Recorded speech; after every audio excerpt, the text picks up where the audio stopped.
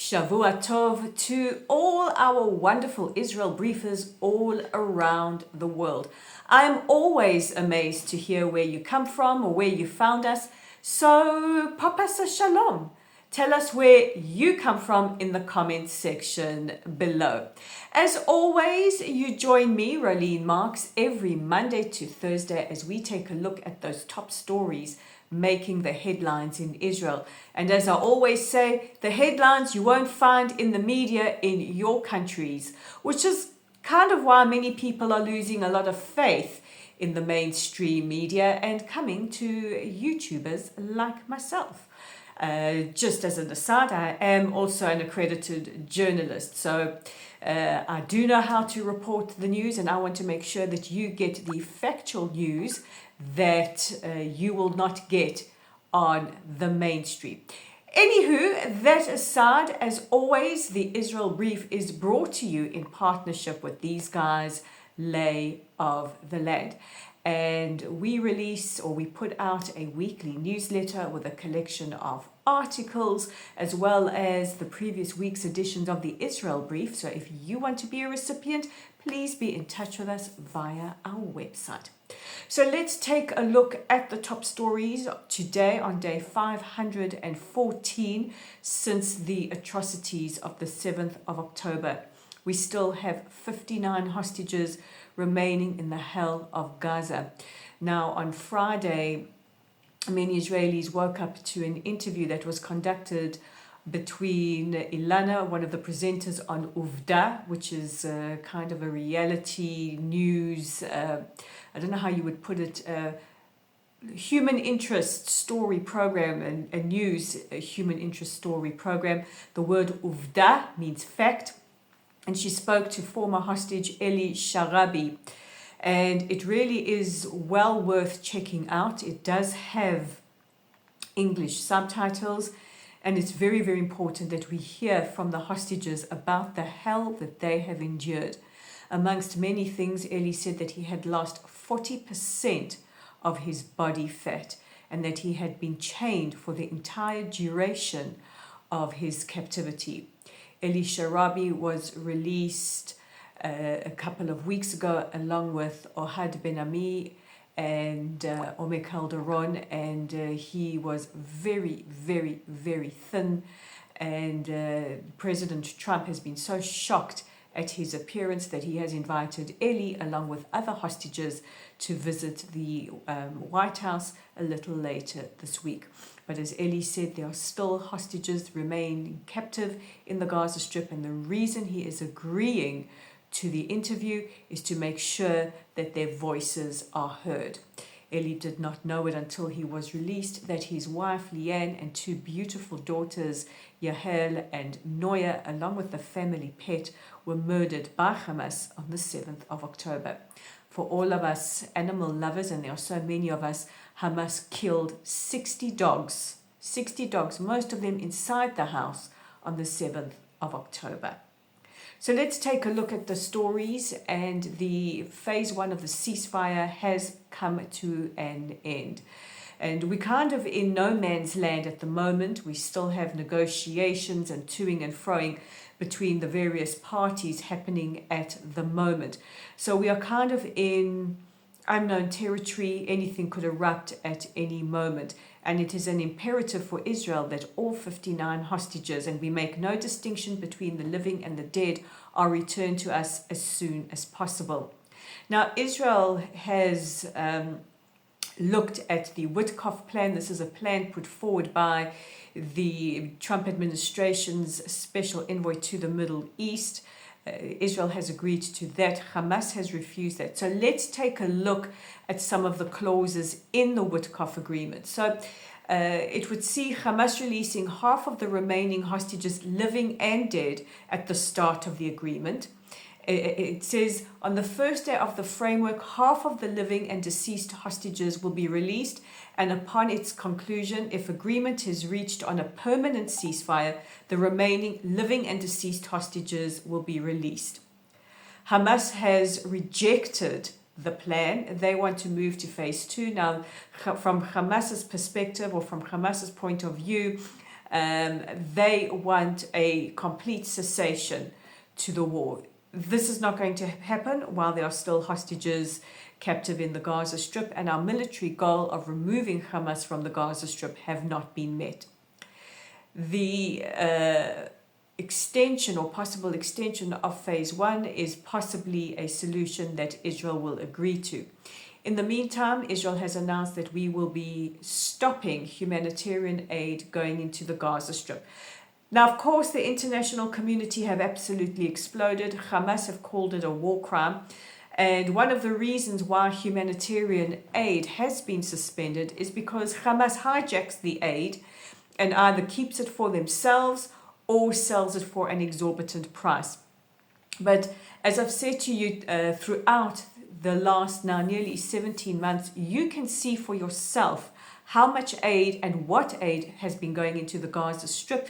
You can see it by following COGAT. If you type in COGAT into your browser, it will take you to the government division office where you can see their dashboard. You can see how much and what aid has gone through. And since the 19th of January, 25,000 trucks have gone into the Gaza Strip. So as far as calculations are concerned, that's well over 3,000 calories per person per day. The warehouses are full, and that should be enough. In order to pressure Hamas to accepting to release the remaining hostages, Israel is also mulling over cutting electricity supplies to the Gaza Strip. Now, before everybody panics, Israel is within the realms of international law. We are not bound by law to provide Gaza with food and electricity. Our only obligation under the Geneva Convention is to make sure that it is not deterred.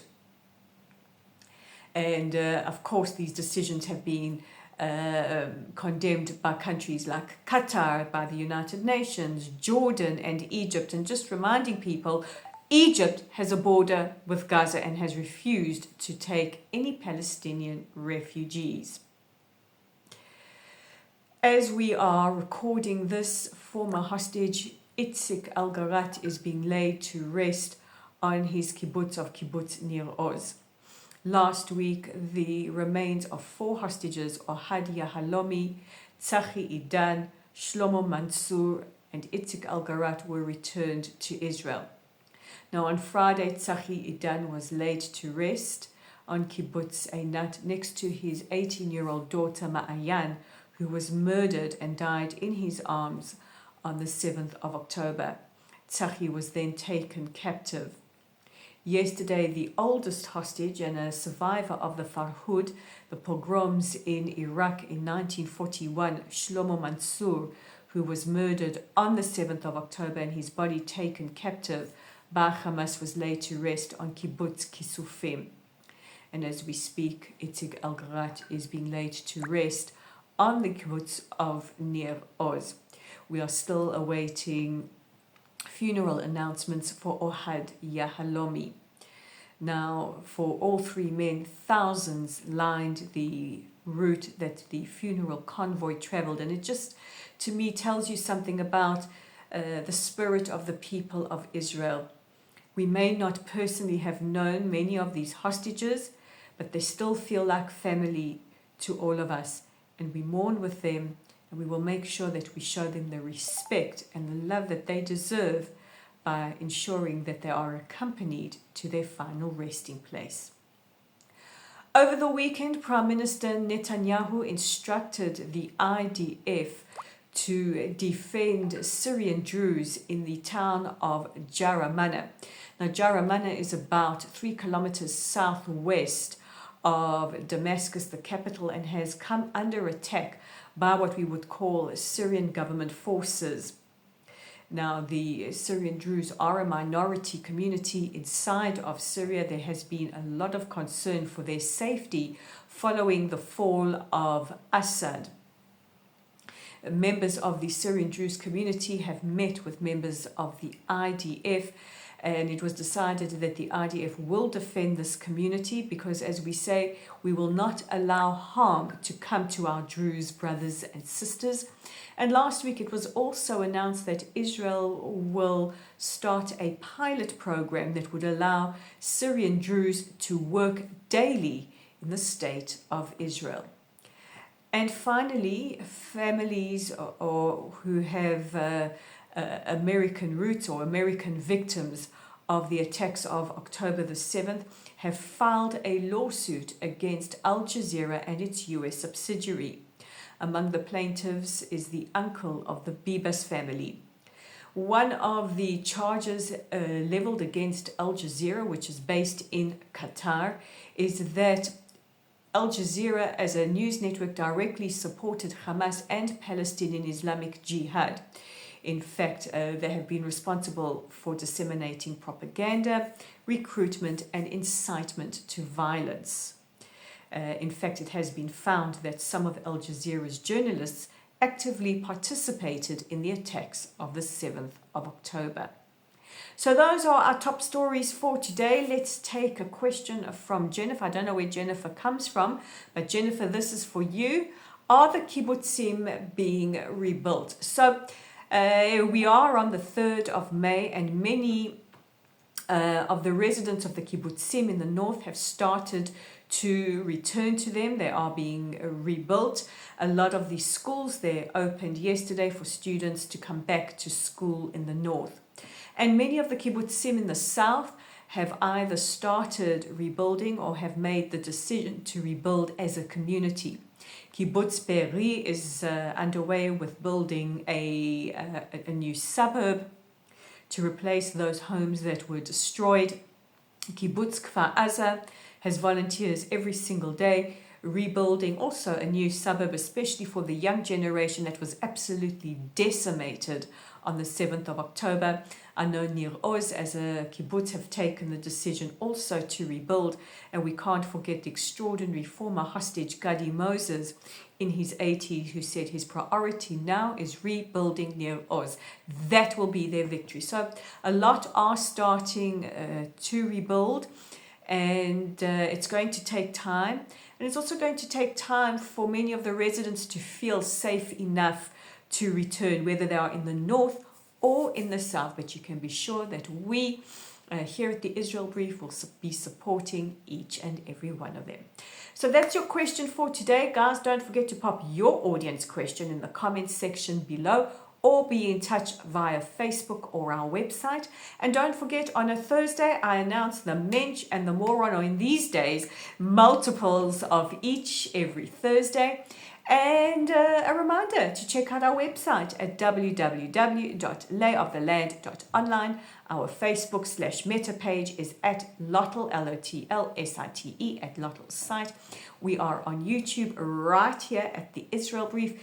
Let's grow our community. Click on that red subscribe button. We are on X at layoftheland5, on Instagram at Rolene_Marks, and on LinkedIn at Rolene Marks. Guys, God bless you all. Much love from me to all of you, and I will see you again tomorrow. Bye for now.